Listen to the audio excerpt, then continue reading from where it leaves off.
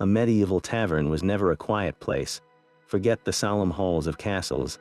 These crowded rooms were the true heart of public life, buzzing with energy, music, and secrets. By the end of our journey, you will understand the complex social world that thrived within those smoky walls. We will uncover why a simple dice game could erupt into a brawl and what hidden messages might be woven into a traveling musician's song. What does a society reveal about itself when it comes together to play? That constant hum of voices was a sound of pure democracy.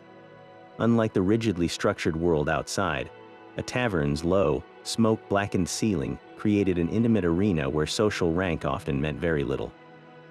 Imagine the heat from a great fireplace, the scent of wood smoke and roasting meat, and the way light flickered across faces gathered around simple, sturdy tables. These were not places for private reflection. You shared your bench with a stranger, your drink with a new acquaintance, and the latest gossip with the entire room.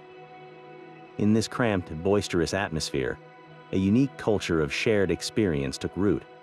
A merchant from a distant city might find himself listening to a local farmer's complaints about the harvest, while a traveling minstrel shared songs from lands the farmer could only dream of.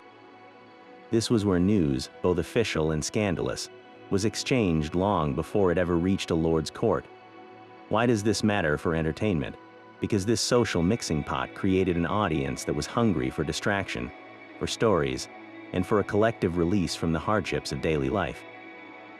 The very layout of the room, with everyone facing inward, transformed a simple performance into a communal event, a spark waiting for the right kind of tinder to set the whole place alight.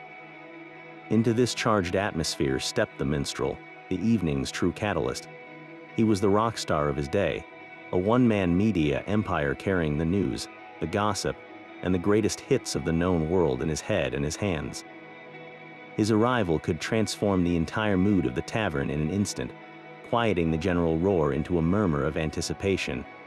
His repertoire was his treasure, a collection of stories and songs for every taste. He might begin with an epic poem like the Chanson de Roland, a tale of heroic knights and tragic battles that filled the room with a sense of grandeur. Then he could shift to a popular ballad, a simple, heartbreaking story of love and loss that had every farmer and merchant nodding in shared understanding. But the most dangerous, and often the most popular, were his satirical songs.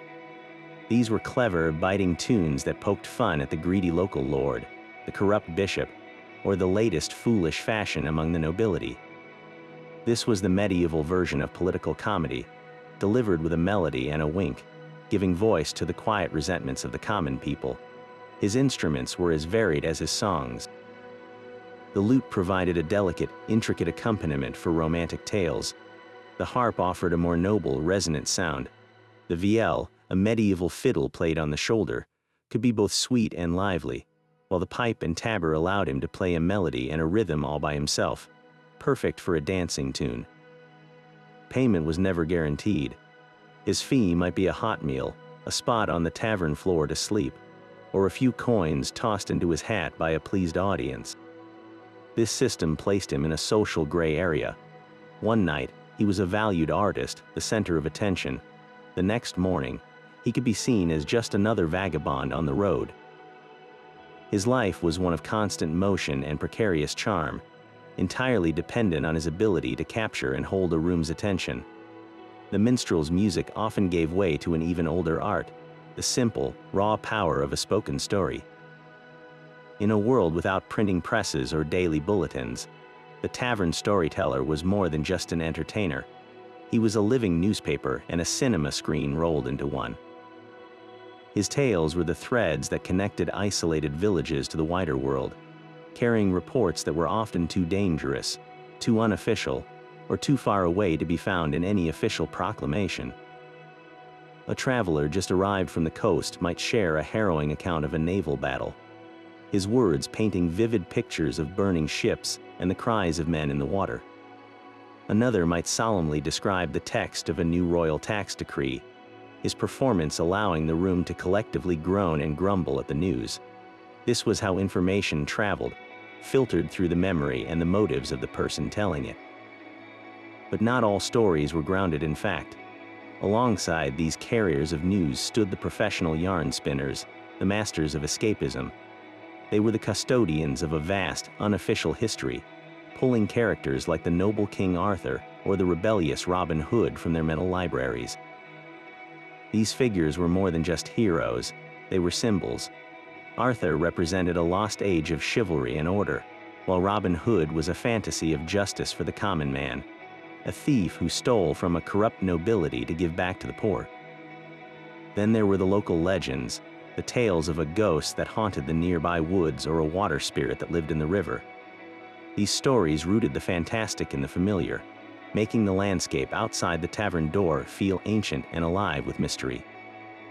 The success of these stories depended entirely on a fragile, electric connection with the audience. A storyteller did not perform for a silent, passive crowd. He performed with them. The room was a participatory arena, a chorus of shouts and reactions. If a story was lagging, a listener might yell out a demand for a favorite tale. A particularly heroic deed would be met with roaring cheers and the pounding of cups on tables. A villain's downfall would invite a symphony of boos and hissed curses. The storyteller had to be a master of this chaos, a psychological tactician reading the mood of the room in real time. He would draw out a suspenseful moment, watching faces in the firelight, or suddenly switch to a comedic anecdote if he felt the crowd's energy waning. His voice was his instrument, dropping to a whisper to draw everyone in or rising to a thunderous declaration to stir their passions. In that noisy, crowded space, holding the attention of dozens of tired, drinking people was the ultimate test of his craft. He was not just telling a story, he was conducting the emotions of the entire room. The roar of the storyteller would often be drowned out by the sharp rattle of dice across a wooden table. Gambling was the tavern's true universal language, a frantic and personal contest of luck that cut across every social divide. The most famous of these games was hazard, a complex and noisy precursor to modern craps.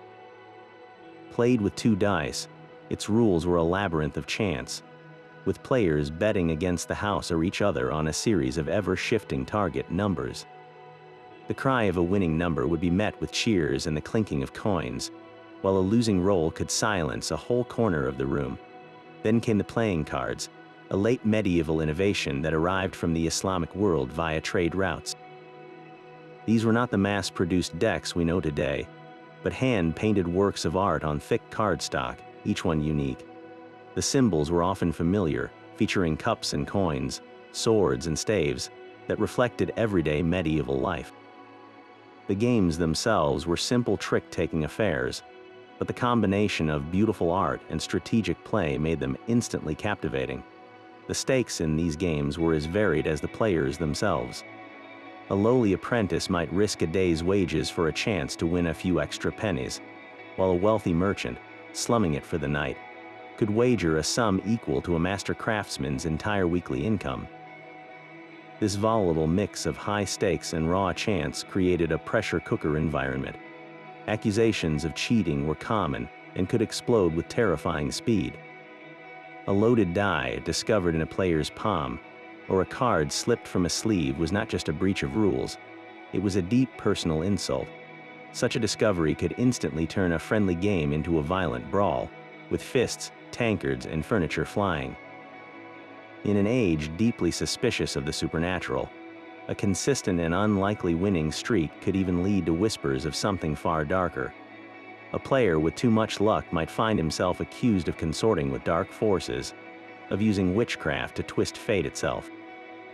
In the flickering, uncertain light of the tavern, where fortune was a fickle goddess, any explanation for a sudden loss seemed possible. Yet for every gambler risking his coins, there were others playing for a prize far more immediate, the dizzying thrill of camaraderie itself. These were the drinking games, rituals of merriment designed not to empty a purse, but to fill the soul with laughter and the belly with ale. The simplest were tests of sheer endurance, like the aptly named quaffing. A participant would be challenged to drain an entire tankard or a large horn of ale in one continuous, frantic gulp. Failure to finish, or the inevitable, sputtering cough that followed, would be met with roaring laughter and a demand for a second attempt. But the true artistry lay in the more complex verbal games. One popular pastime involved a rhyming contest. A player would start with a line of verse, and the next person had to answer with a line that rhymed, all while keeping a coherent theme. Stumble over a word, fail to find a rhyme, or take too long to think, and the penalty was a swift, deep drink. Another game was built on riddles. A master of ceremonies would pose a tricky question, and the first person to shout a correct answer could force a rival to drink, while a wrong guess meant drinking yourself. These were not just childish amusements, they were social lubricants of the highest order. A merchant who might be guarded in a business discussion would find his defenses lowered by a silly rhyme. A traveling knight and a local farmer, who would never normally speak, could become temporary allies, shouting answers in unison against a common opponent. The shared silliness and the gentle, alcohol-fueled humiliation broke down the rigid walls of class and custom faster than any conversation could. Of course, the tavern keeper was the ultimate winner in these contests.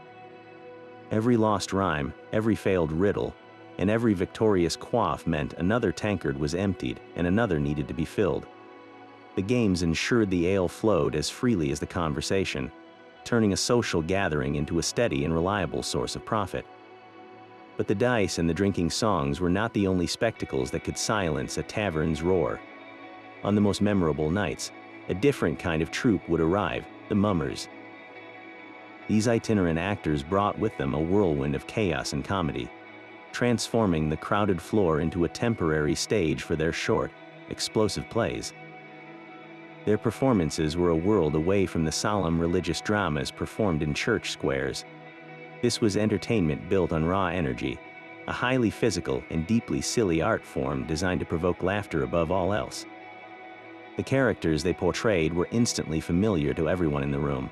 There was the fool, a character of pure anarchy who tripped over his own feet and mocked everyone in sight. Then came the devil, a figure both terrifying and ridiculous, who would chase characters around the room with a painted wooden pitchfork, only to be outwitted by his own greed. But the most complex character was the vice. This was the clever troublemaker, the sly manipulator who would whisper bad ideas into the ears of other characters, urging them toward mischief and sin. He was the personification of every bad impulse, and the audience loved to hate him. The true genius of these plays, however, lay hidden beneath the slapstick. Wrapped in the acceptable disguise of comedy was sharp, dangerous social commentary. A character dressed like a greedy landlord would be tricked out of his money by the fool. A figure parodying a pompous local official would be pelted with rotten vegetables, both on stage and by the cheering crowd. In the real world, such acts of defiance could lead to severe punishment, but inside the tavern's temporary kingdom, the rules were different. The mummers' use of simple masks and a few key props, like a crone's shawl or a king's makeshift crown, added a layer of profound mystery to the performance. That painted mask did more than hide an actor's face, it transformed him. For a few moments, the man you might have shared a drink with became the devil himself, or the spirit of misrule. This transformation created a powerful, shared illusion, a collective agreement between the players and the audience to believe in the story. It was this magic, this brief escape into a world where fools could triumph and the powerful could be humiliated, that made the mummers visit a night no one would soon forget. The chaotic laughter of the mummers could give way to a very different roar from the tavern yard, for all the communal joy found inside. A far more brutal form of spectacle often awaited in the open air. We must confront this darker side of medieval leisure, a world where entertainment was built on the suffering of animals. Many taverns, especially those with attached courtyards, regularly hosted blood sports like bear baiting and cockfighting. In bear baiting, a massive bear, often missing teeth and claws, was chained to a post in the center of the yard. Specially bred, powerful dogs were then set upon it one by one. The spectacle was the bear's desperate, powerful defense as it swiped at the dogs with its remaining strength. The air thick with the sounds of snarling, roaring, and the cheers of the crowd. Cockfighting offered a more intimate, but no less vicious, contest. 2 roosters, fitted with sharp metal spurs on their legs, were placed in a pit to fight. The battle was a swift flurry of feathers and blood, almost always ending with the death of one of the birds. To our modern sensibilities, this is undeniably cruel. But for the medieval mind, these events served a powerful social function. They were visceral outlets for the pent-up aggression and frustrations of a hard, often violent life. The raw, unfiltered conflict in the yard mirrored the struggles of their own existence. These spectacles were also prime venues for the heaviest gambling, with men wagering vast sums on the endurance of a bear or the ferocity of a bird. For the men who organized and bet on these fights, it was also a stark display of masculinity and dominance, a way to prove one's courage and judgment in a world that valued both. This harsh reality stands in stark contrast to the warmth of the shared stories and songs inside, a reminder that the tavern's world held shadows as deep as its laughter was loud. That roar from the yard was a world away from the joyous noise erupting inside when the right musician took the stage. A single, driving rhythm from a drum or the piercing wail of a sham could clear the floor in an instant. Tables and benches were shoved unceremoniously against the walls, creating a temporary dance hall where social hierarchy was the first thing to be forgotten. The most common dance was the carol, a simple but powerful circle or line dance where everyone linked hands or placed arms on each other's shoulders. There were no complicated steps to learn, just a unified, swaying, stepping motion in time with the music. A farmer, a blacksmith, and a merchant's wife, who would never otherwise touch, became connected links in a living, breathing chain of movement. This was the community embodied, a physical expression of shared life. For those craving a more individual release, there was the jig. This was a dance of pure, unrestrained energy, a frantic display of kicks, leaps, and improvised steps. A skilled dancer could become the center of a cheering circle, their feet a blur of rhythmic expression, a personal victory shouted through movement. The music that fueled this was not the delicate lute of the romantic ballad. This was music built for volume and power, designed to be heard over the stomping of 100 feet and the roar of a thrilled crowd. The sham, a loud, double-reed ancestor of the oboe, carried the piercing melody. The bagpipes provided a continuous, droning backdrop that vibrated in your chest. And the drum, the steady, relentless heartbeat of the ensemble, set a pace that was impossible to resist. In that crowded, heated room, the combination of driving rhythm and shared physical exertion created something close to magic. For a few hours, the weight of the world outside the feudal dues, the poor harvest, the constant toil simply lifted. Individual identities melted into the collective pulse of the dance. A lord's servant and the local miller, spinning together in a carol, were no longer servant and miller. They were just two parts of a greater whole, caught in the same current of music and motion. This was the tavern's ultimate power, its ability to forge, however briefly, a true intangible equality. The dizzying energy of the dance floor had its quieter, more precise counterpart in the corner of the tavern. While some patrons tested their luck with dice, others engaged in contests that measured a completely different kind of mastery. These were the games of skill, demanding a steady hand and a sharp eye, two qualities that often faced a formidable opponent as the night wore on, the rising tide of ale. One of the most popular was shove halfpenny. Players would take a small, smoothed coin and use the heel of their hand to shove it down a marked wooden board, aiming to land it perfectly within one of a series of parallel lines. It sounds simple, but the board was often slightly warped or uneven, and the required touch was delicate. A shove that was too weak would leave the coin short, while one that was too strong would send it sailing off the end, a failure met with groans and laughter from your opponents. Then there was skittles, the direct ancestor of modern bowling. A set of 9 wooden pins would be arranged at the end of a long, narrow table or a dedicated alley of packed earth. Instead of a heavy bowling ball, players would throw a thick, disc-shaped object called a cheese, spinning it down the lane in an attempt to knock down all the pins. The angle of the throw, the spin on the cheese, and the subtle imperfections in the playing surface all turned a simple game into a complex test of physics and finesse. Out in the tavern yard, you might find a game of quoits in full swing. This was very similar to horseshoes, where players took turns tossing heavy iron rings, aiming to land them over a metal pin sticking out of the ground. A ringer, a throw that encircled the pin perfectly, would be greeted with a cheer, a moment of pure, satisfying accomplishment. The stakes in these games were usually social, not financial. The typical wager was a simple round of drinks for the winners, paid for by the losers. This system transformed competition into camaraderie. A game of shove-halfpenny between two rival craftsmen was not about ruining each other, but about earning the right to have your thirst quenched at the other's expense.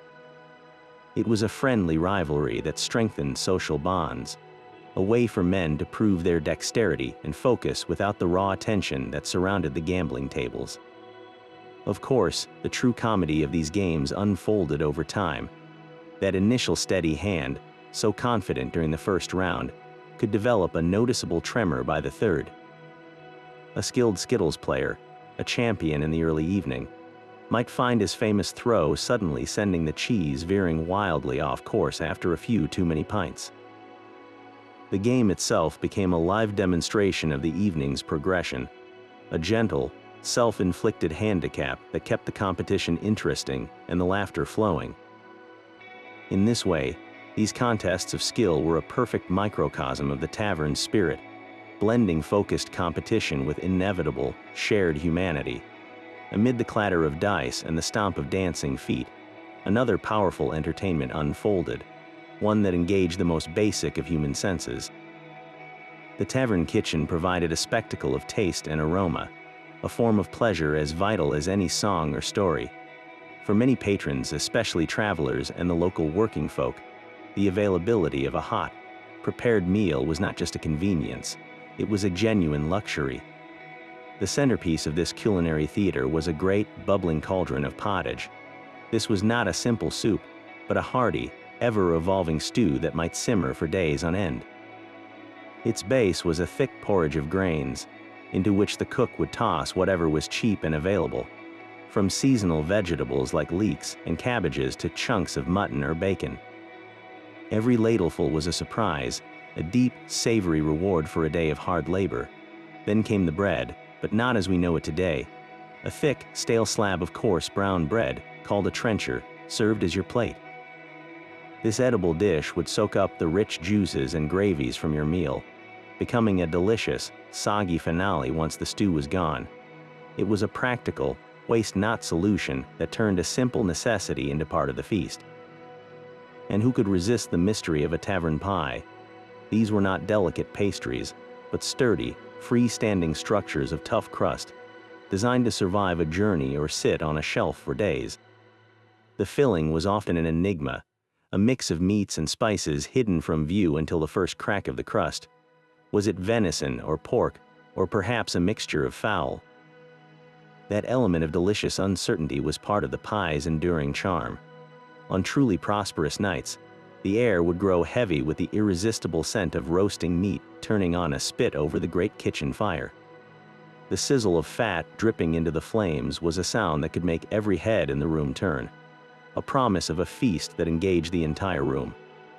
Sharing this robust, sensory meal in such a vibrant setting was a core part of the tavern's magic. The act of eating became a communal performance, fueling the body for a long night of revelry and binding strangers together through the simple, profound joy of a shared feast. That same warmth and camaraderie could curdle in an instant. For all its communal joy, the tavern was a kingdom of shadows as much as light, a place where the constant flow of ale and coin created a perfect breeding ground for crime and debauchery.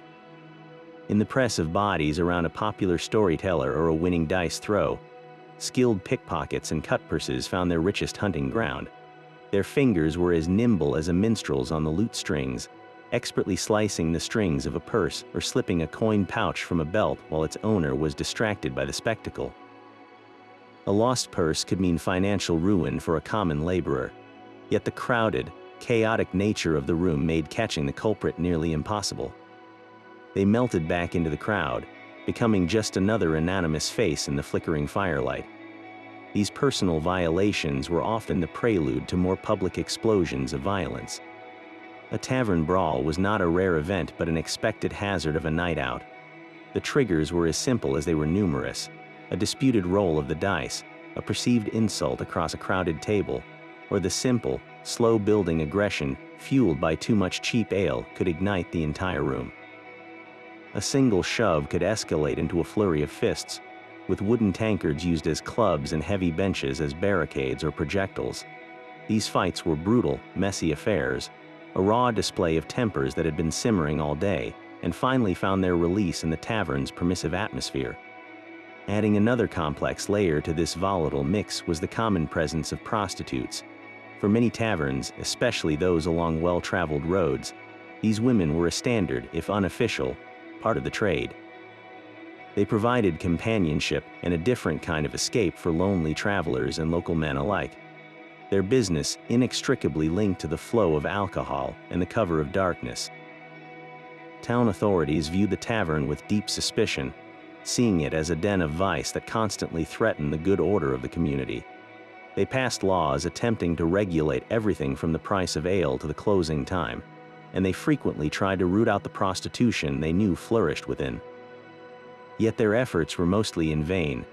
The tavern was a world unto itself, with its own unwritten rules and a wall of silence that protected its secrets. A constable asking questions would be met with blank stares and feigned ignorance, for the regular patrons saw the authorities as outsiders. This tense relationship created a fragile balance, a constant negotiation between the town's desire for control and the tavern's stubborn, vibrant, and often dangerous independence. But the whispers in the shadows were not always about petty crime.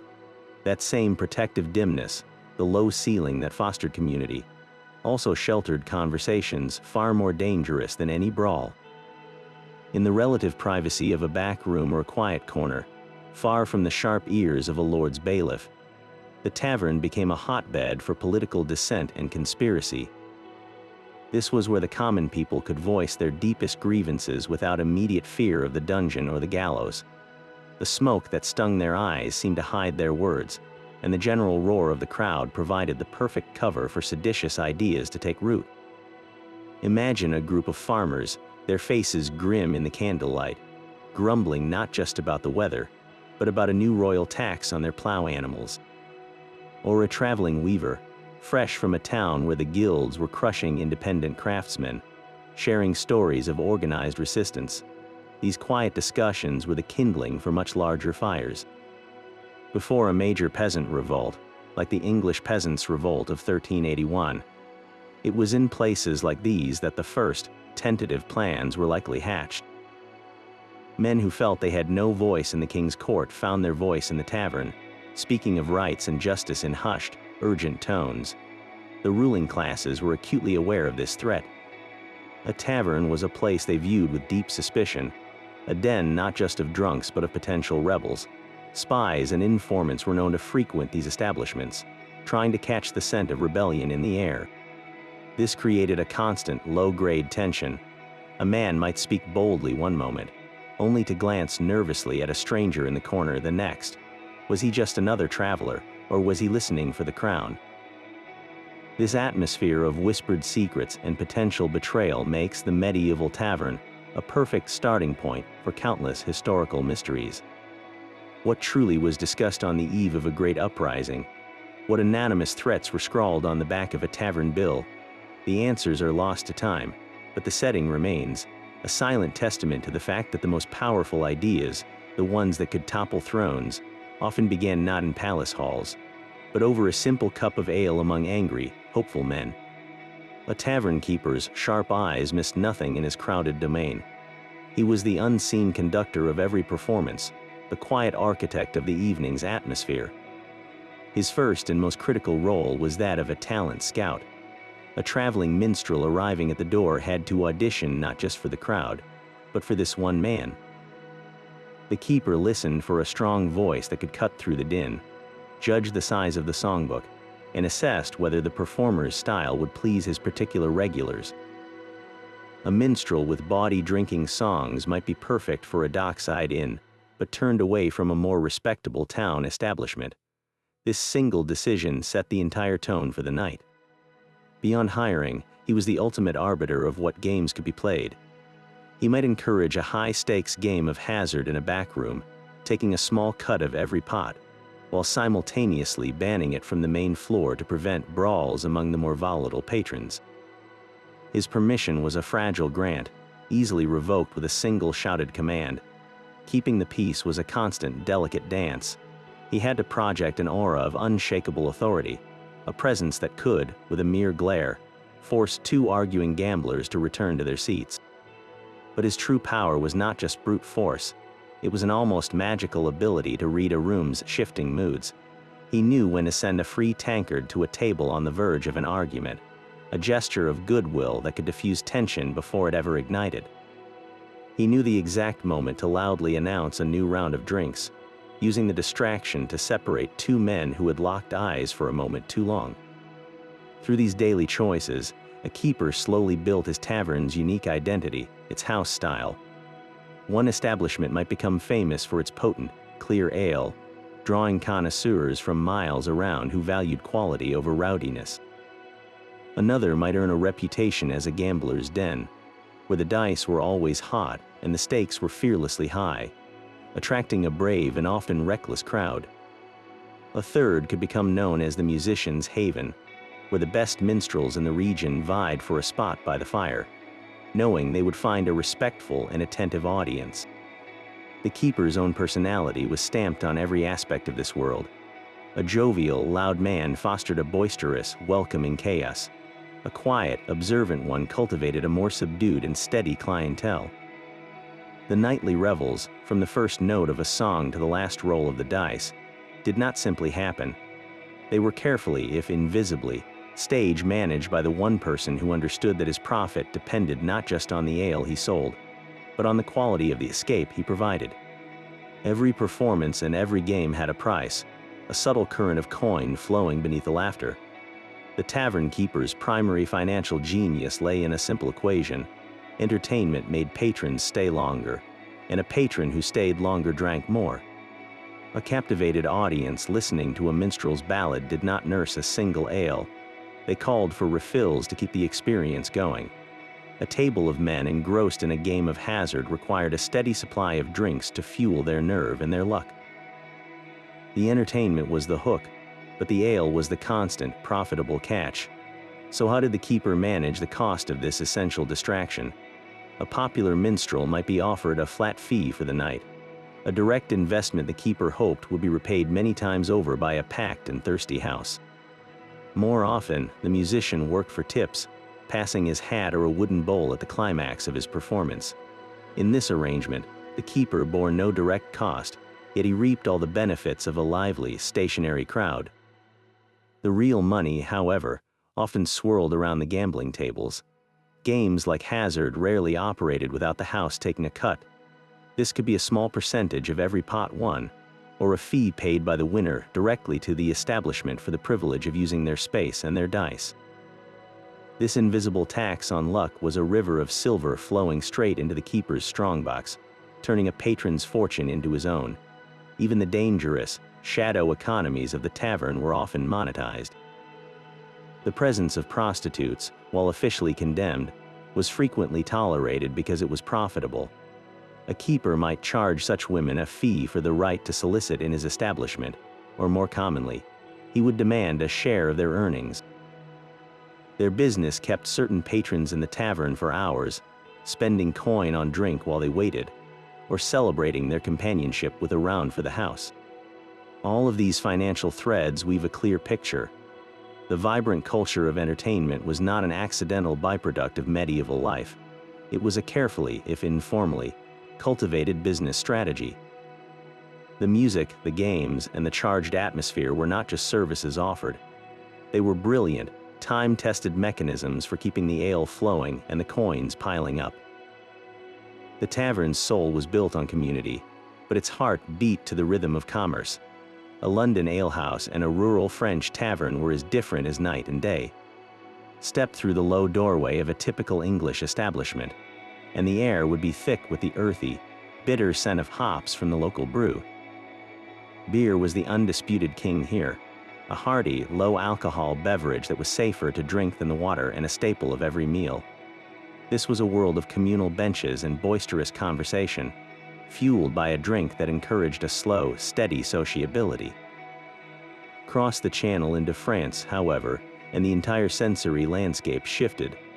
The dominant aroma was the sharp, sophisticated tang of wine, often drawn from a cask in the corner. The atmosphere was often a touch more refined, the pace of drinking more measured, reflecting a culture where wine was integral to both daily life and social status. In Italy, the taverna was a place of strategic thought as much as revelry, where the clatter of dice often gave way to the soft slap of painted cards on a wooden table. The games played in these rooms were a direct reflection of their geography. In England, the focus was on games of chance that mirrored the unpredictability of life itself, like the raucous, complex dice game of hazard. In the German trading towns, the vast beer halls fostered a different kind of unity. Here, the entertainment was the music itself, with groups of men gathering to sing robust, multi-part drinking songs called Gesellschaftslieder. Their powerful, harmonizing voices would roll across the room like thunder, a sound of pure, collective spirit born from a shared stein. Meanwhile, in the Italian city-states, where commerce and calculation were paramount, card games requiring memory and strategy flourished. These were not just pastimes, but sharp mental exercises for the merchant mind. Even the laws of the land shaped the noise inside. Some English towns, paranoid about sedition, banned minstrels from performing anything but pre-approved ballads, forcing the real entertainment underground into whispered stories and furtive dice games. In contrast, certain German principalities had strict regulations on gambling, but turned a blind eye to the riotous singing that shook the very foundations of their beer cellars. The tavern was never a monolithic idea. It was a chameleon, its character and its entertainments colored completely by the local soil, the local drink, and the unique spirit of the people who called it their second home. That constant roar was the tavern's true voice, a layered symphony of medieval life. Close your eyes and listen. The foundation of it all was the deep, rumbling hum of 100 overlapping conversations, a sea of voices where a merchant's boastful story crashed against a farmer's complaint about the harvest, all woven together with bursts of uninhibited laughter. Cutting through this base layer was the sharp, rhythmic music of commerce and consumption, the percussive clatter of heavy wooden tankards slammed down on oak tables, and the higher-pitched crack of pottery bowls meeting their trenchers. From one corner, you might catch the delicate, intricate melody of a lute, the minstrel's fingers plucking a romantic ballad, each note a fragile thread trying to be heard.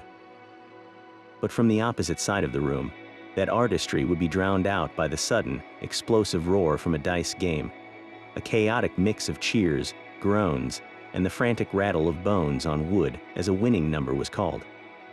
Cutting through the din came the distinct, practiced bark of a vendor weaving between tables, his cry promising hot, fresh pies with mysterious, savory fillings.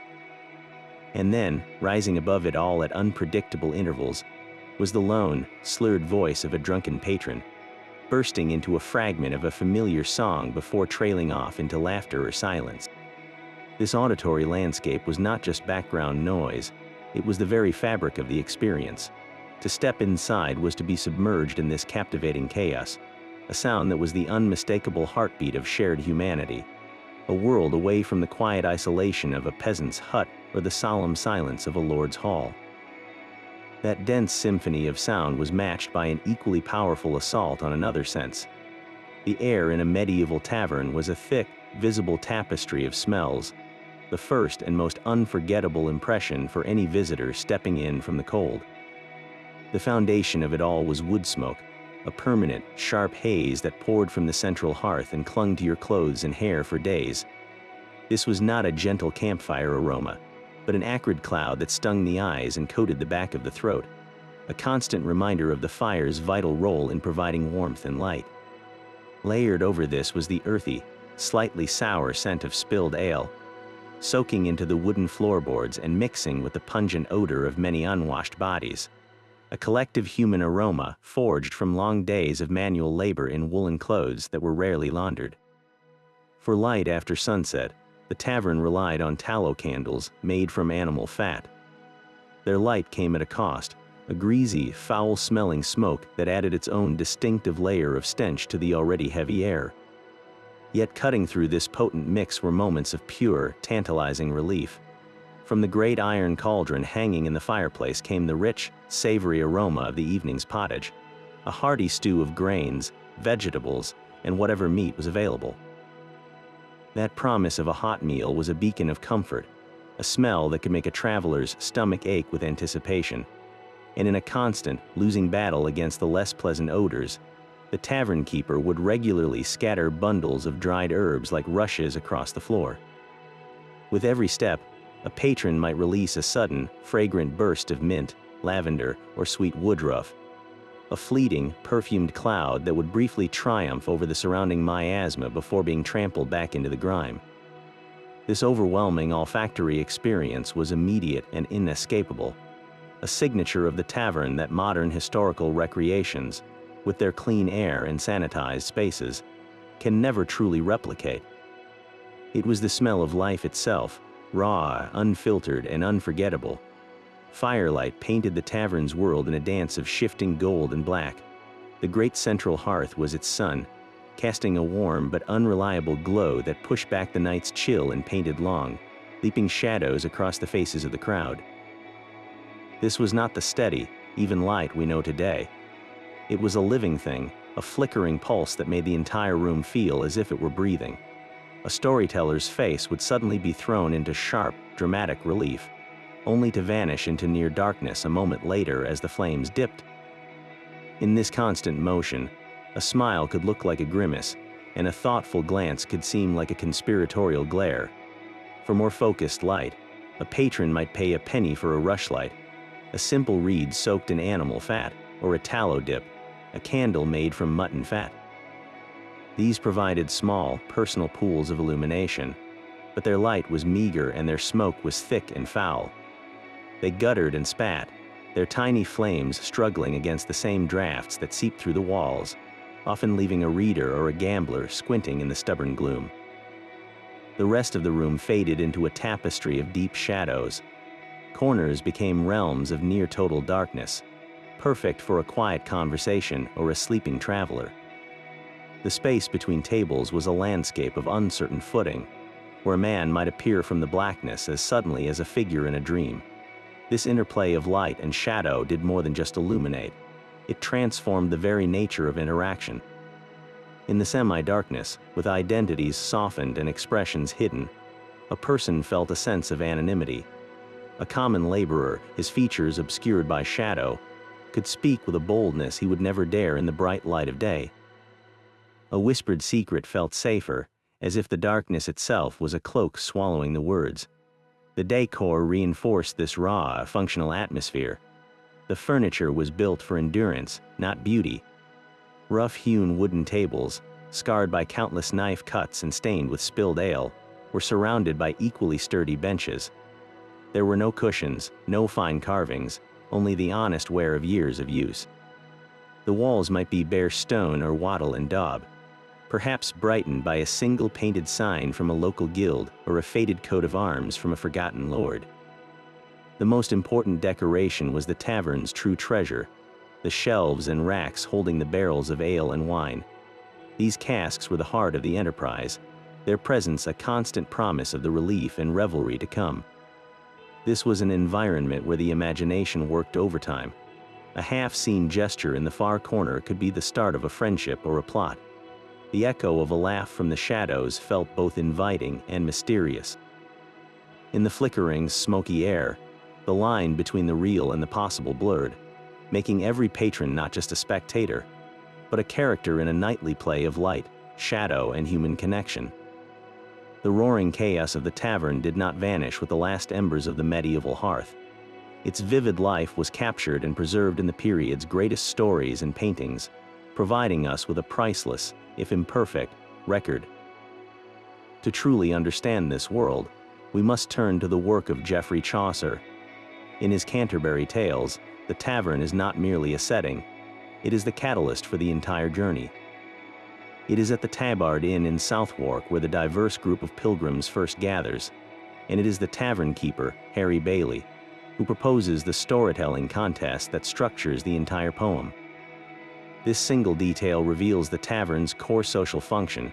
It was the great mixing pot, the place where a knight, a miller, a nun, and a merchant could be brought together on equal footing, at least for a night. The tales the pilgrims tell are themselves steeped in the tavern's culture. The Miller's Tale is a masterpiece of lowbrow comedy, a story of clever adultery and absurd humiliation that would have had any tavern crowd roaring with laughter.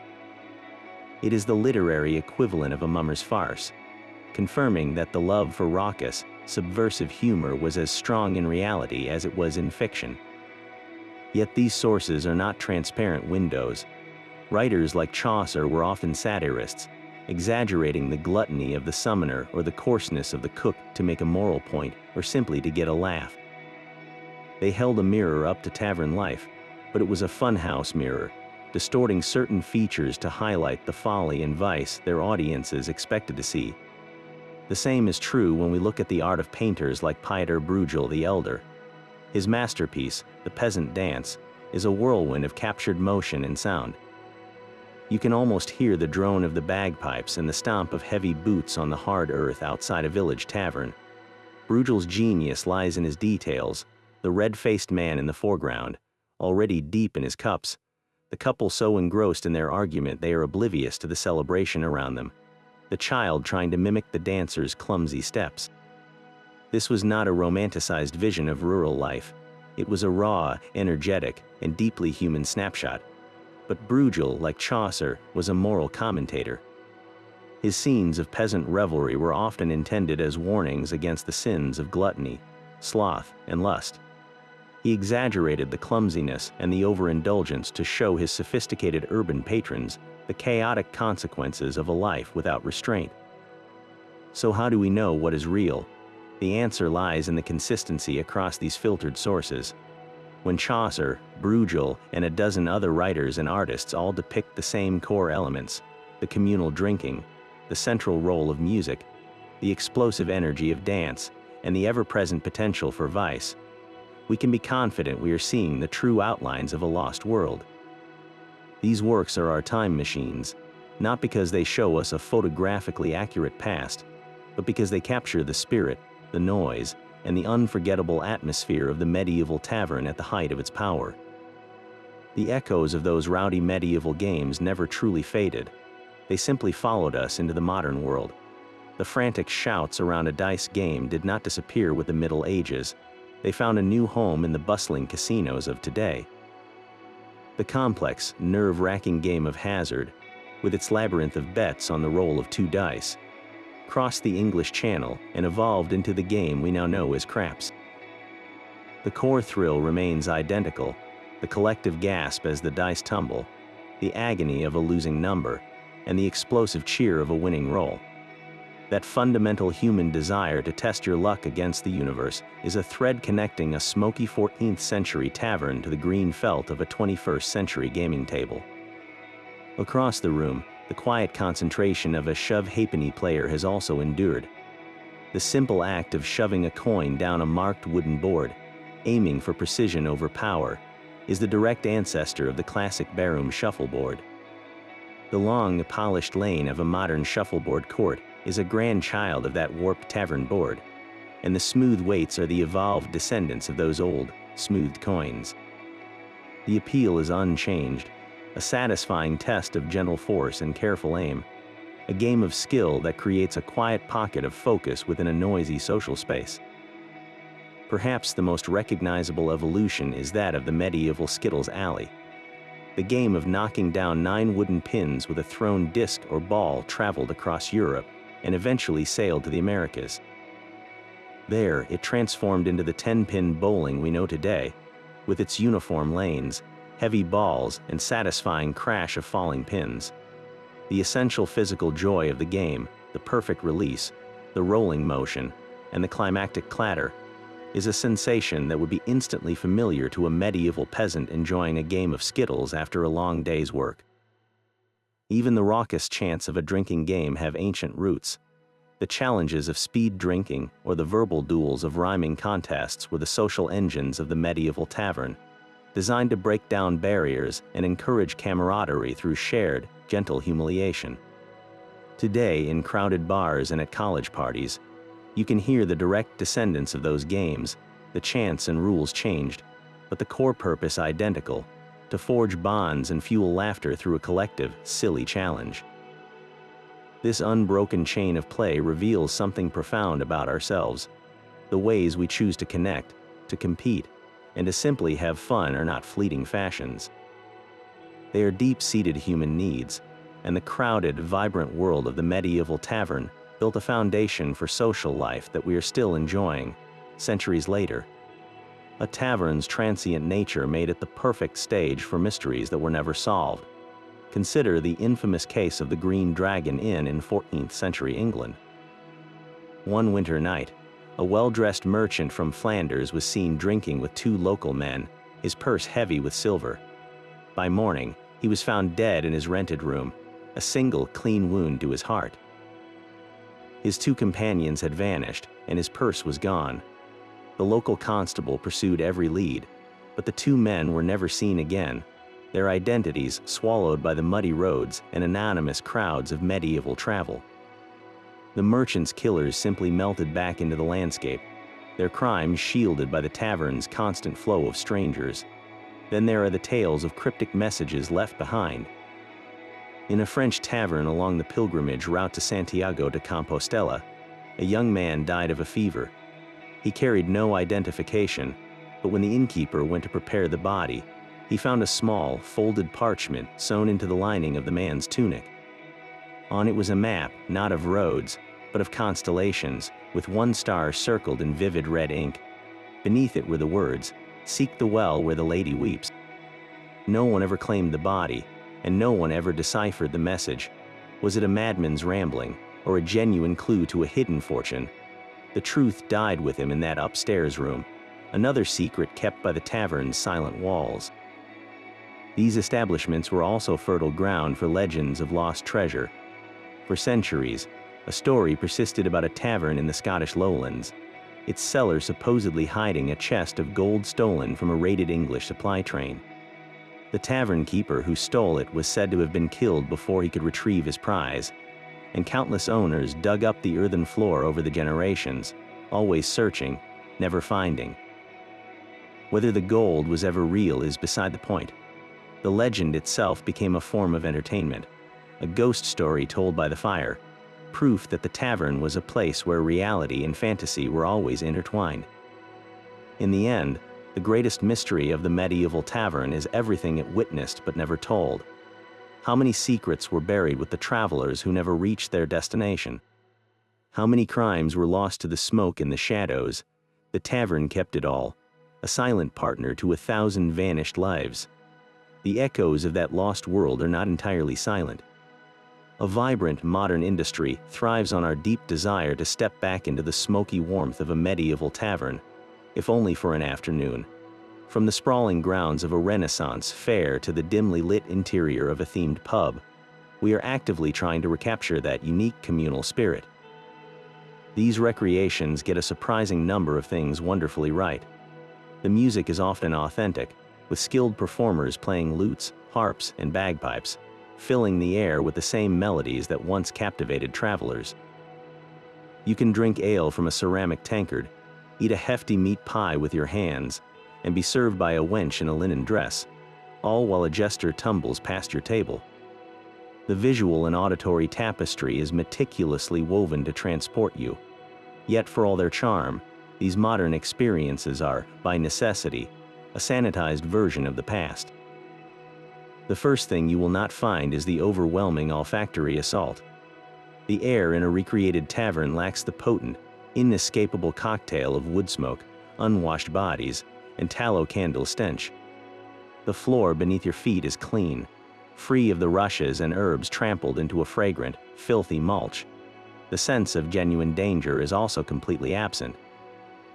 You can watch a staged brawl between actors with complete safety, knowing it is all part of the show. No one is quietly picking your pocket while you are distracted by a song, and the dice game at the next table is played for tokens, not for a silver coin that represents a week's wages. The patrons around you are fellow time tourists, not farmers grumbling about a new tax or travelers whispering about a political rebellion. We have consciously filtered out the grit and the peril, preserving the romance while discarding the raw, often harsh reality. This is not a failure of historical accuracy, but a reflection of our modern desires. We seek the community and the escape without the genuine risks that defined daily life centuries ago. Our fascination with recreating these spaces reveals a timeless human longing for connection and revelry, proving that the tavern's core appeal, as a place to forget the world outside, is as powerful today as it was 500 years ago. From the soulful ballads of the minstrels to the clatter of dice and the roar of the crowd, Medieval Tavern Entertainment was a rich tapestry of sound, story, and spectacle that formed the heartbeat of public life. It was a world of community and conflict, of artistry and vice, all unfolding under one smoky roof. We have journeyed through its games, its music, its darker corners, and its enduring legacy. This was a place where the human need for connection and release found its purest expression, a vibrant stage for the dramas of everyday existence. The echoes of that world are not lost to us. They live on in the games we play, the stories we share, and the universal longing for a place where everyone knows your name. If you enjoyed this trip to the past, share your own favorite historical mysteries in the comments below. Hit that like button, and subscribe for more deep dives into the hidden corners of history. Cheers, our journey through the smoky heart of the medieval tavern is complete, but your own exploration is just beginning. The story does not have to end when the final tankard is emptied. History is waiting for you to pick up the thread. A wonderful place to start is your local library, where you can dive into digital archives of primary sources. Look for medieval manor court rolls, the detailed records of local justice. These documents are filled with the raw drama of tavern life, listing disputes over loaded dice, fines for after-hours brawling, and the testimony of witnesses who saw it all unfold. There is nothing quite like reading the actual words written by a court clerk centuries ago, describing a brewer fined for serving bad ale or a gambler accused of cheating. For a more hands-on experience, you could try your hand at a simple period dice game with a few friends. The rules for many of them are easily found online, and you will quickly understand the same mix of strategy and sheer chance that captivated medieval players. Or perhaps listen to a modern recording of a medieval folk song, to hear the same melodies that once stirred a crowded room. This brings me to a question for you. If you had the chance to step through a time portal into a bustling 14th century tavern, what one form of entertainment would you most want to experience for yourself? Would it be the haunting strain of a minstrel's ballad, the electric suspense of a hazard game, or the collective joy of a carol dance? Let me know your choice down in the comments. And if you have enjoyed this historical adventure, do not forget to ring the bell for notifications. There are countless more mysteries from the past waiting for us to uncover them together.